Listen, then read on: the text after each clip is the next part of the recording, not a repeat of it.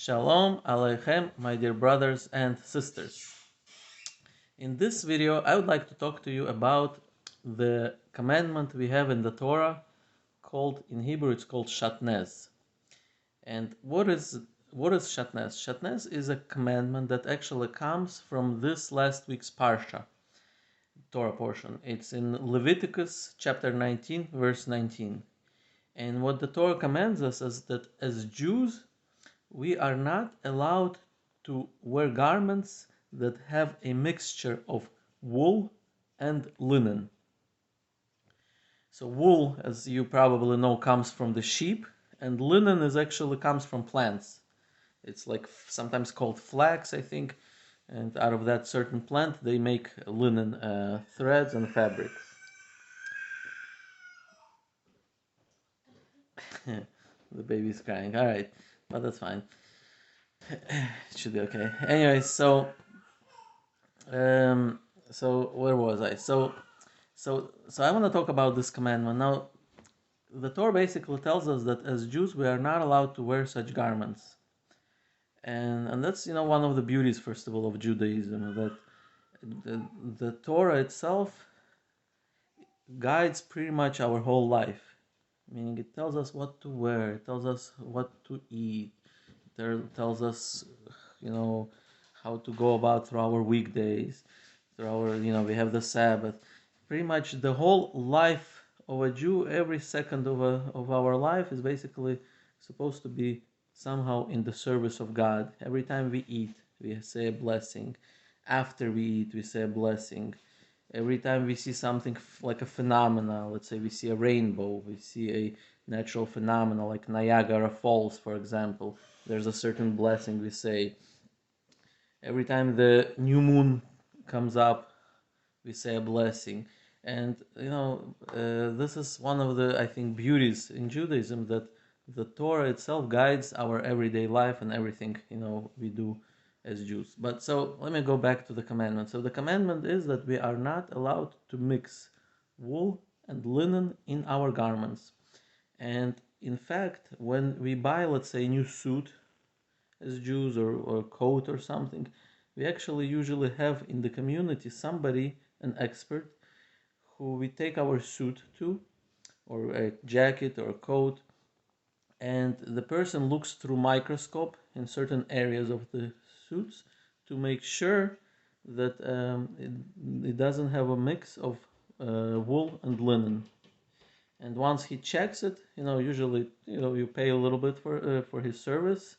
He checks it, and once he checks it, he puts like a sticker inside the jacket that it's been checked, so that in your closet, when you have a bunch of jackets, you can tell which ones you've checked.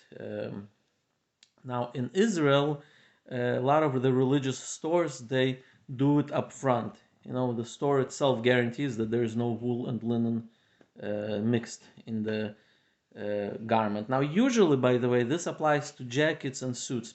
Stuff like shirts or t-shirts usually don't have that, because linen, I guess, is an expensive fabric, and therefore it's only used in certain jackets or coats.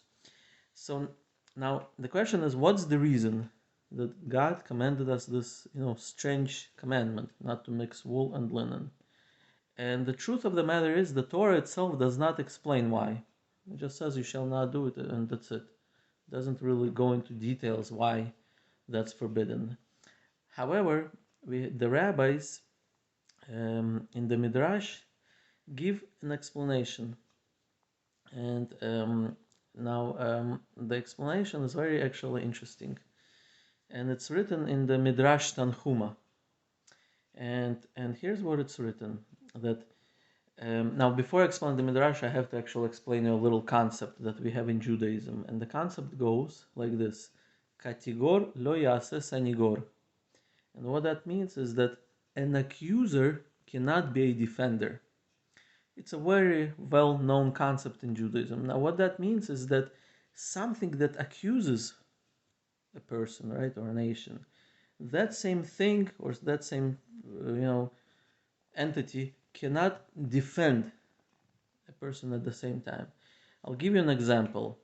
For example, on the most holiest day of the year in Judaism, which is the Yom Kippur, right, which is the 10th day of the month of Tishrei.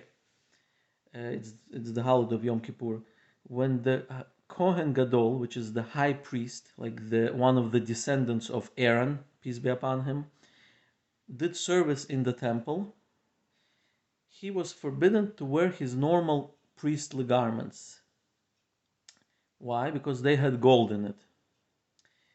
And therefore he had to wear purely regular linen clothing, 4 pieces of clothing that the regular, not the Kohen, not the high priest used to wear, the regular priests, um, had to wear. So the Kohen Gadol, the high priest, would also wear the regular linen clothing on Yom Kippur specifically. On the other days, he would have special clothing which had gold and all that, but on Yom Kippur only, he would wear the regular linen clothing. And the reason for that was because of the gold that's on his clothing.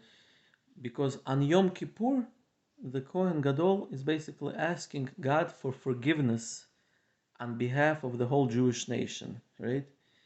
He's asking God for forgiveness. And in that time, the Kohen Gadol would avoid wearing gold.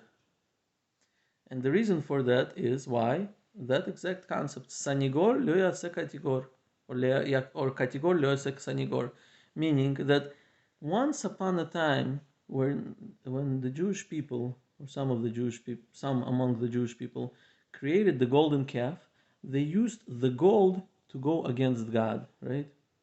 So now, since gold as an entity became something that accuses the Jewish people, therefore, the Kohen Gadol would not wear gold to serve God on Yom Kippur, asking for forgiveness. Why? Because something that accuses the Jewish people cannot defend now. Gold was used something in a bad thing, right? As a bad thing, and therefore that's why the Kohen Gadol, when serving God on the most holiest day of the year and trying to get forgiveness for the Jewish people, right? He would avoid wearing gold on Yom Kippur, because why? Gold was a thing that brought the downfall of the Jewish people. It's a very well-known concept. In fact, even today, there's a minhag, or like a tradition, that, for example, Jewish women do not wear gold on Yom Kippur. Now, men don't really wear jewelry at all, usually. The religious Jewish men. The tradition is that we don't wear jewelry. Like, if you noticed, I never have, for example, a wedding ring or anything like that. And you'll notice pretty much standard within the Haredi Jewish community that men do not wear any jewelry, but women usually do wear jewelry. But specifically on Yom Kippur, women do not wear gold. It's a tradition, But for the Kohen Gadol, he would not wear gold when serving in the temple in the ancient days, right? When we had the first and the second temple. And the reason for that was for this concept that katigor lo yaseh sanigor, an accuser cannot be a defender. Okay, so with that concept in mind, let's now go back to the linen, Shatnez. So as all of you know the story in Genesis, right, when Cain and Abel both brought sacrifices. Now the Torah says that Cain brought sacrifices of produce of the field, right, and Abel brought the best of his flock. And as you know the story probably, that God accepted the sacrifice of Abel, but did not accept the sacrifice of Cain. Now, what exactly did they bring? So the Torah doesn't exactly say what they brought, but the Midrash says that Cain brought flax, which is linen, the seeds or the plants, I'm not sure exactly what, but he brought flax as a sacrifice to God, while Abel brought the best of his sheep. And the reason why God accepted Abel's and not Cain's, because Abel brought the best of his sheep, and Cain brought, the bad among his produce. And therefore, as you know the story, Cain became angry at Abel and he killed him, right? So now these two entities: the sheep, which produces the wool, and the flax, which produces the linen, the fabric, right, is what caused the first murder to take place in the world, right?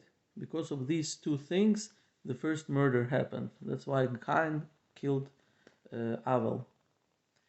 And therefore, since these two things is what brought the first murder into the world, therefore God has forbidden these two things to be used as a clothing. Why? Because clothing is designed to what? To warm the body, right? To keep the person from dying, from freezing to death. It keeps the person staying healthy, right? That's the idea of clothing, for modesty as well.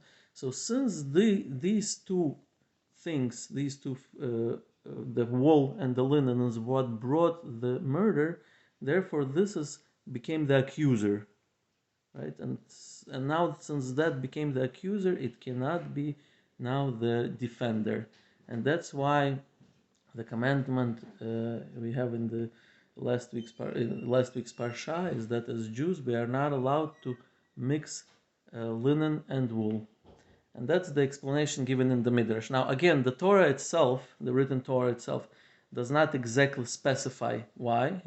Therefore, the way we treat the commandments is that as soon as God tells us to do something, we do it and we don't question why. We just do it. However, once obviously, as long as we do it without question, then it's fine to try to find the logic behind the commandments. There's no problem with that, and therefore, this is the explanation the Midrash gives. I hope you enjoyed watching this video, and until next time.